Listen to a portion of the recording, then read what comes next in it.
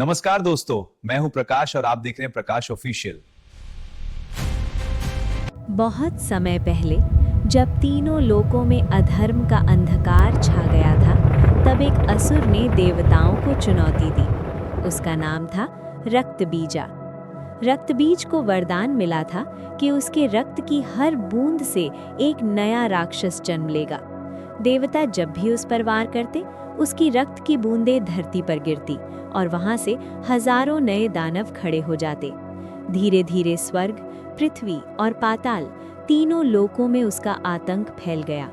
भयभीत देवता आदि शक्ति की शरण में गए। तब प्रकट हुई दुर्गा। सिंह पर सवार 10 भुजाओं में अस्त्र शस्त्र लिए तेजस्वी और दिव्य माँ दुर्गा ने युद्ध का आवाहन किया। भयंकर युद्ध आरंभ हुआ। माँ दुर्गा के प्रत्येक प्रहार से रक्तबीज घायल होता, परंतु जितना रक्त गिरता उतने ही नए राक्षस जन्म लेते।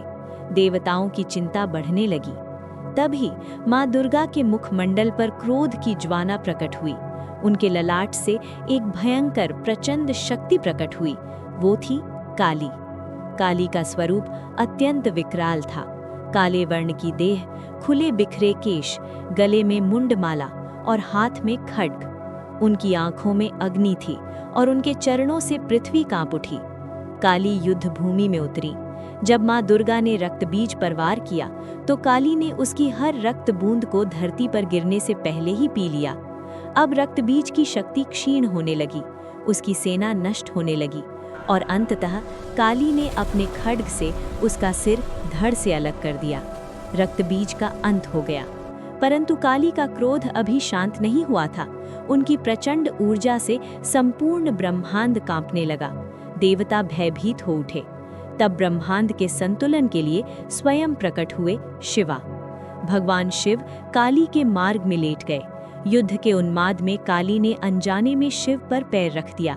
जैसे ही उन्हें एहसास हुआ कि वे अपने ही आराध्य पर खड़ी हैं, उनकी जिह्वा लज्जा से बाहर निकल आई। उनका क्रोध शांत हो गया।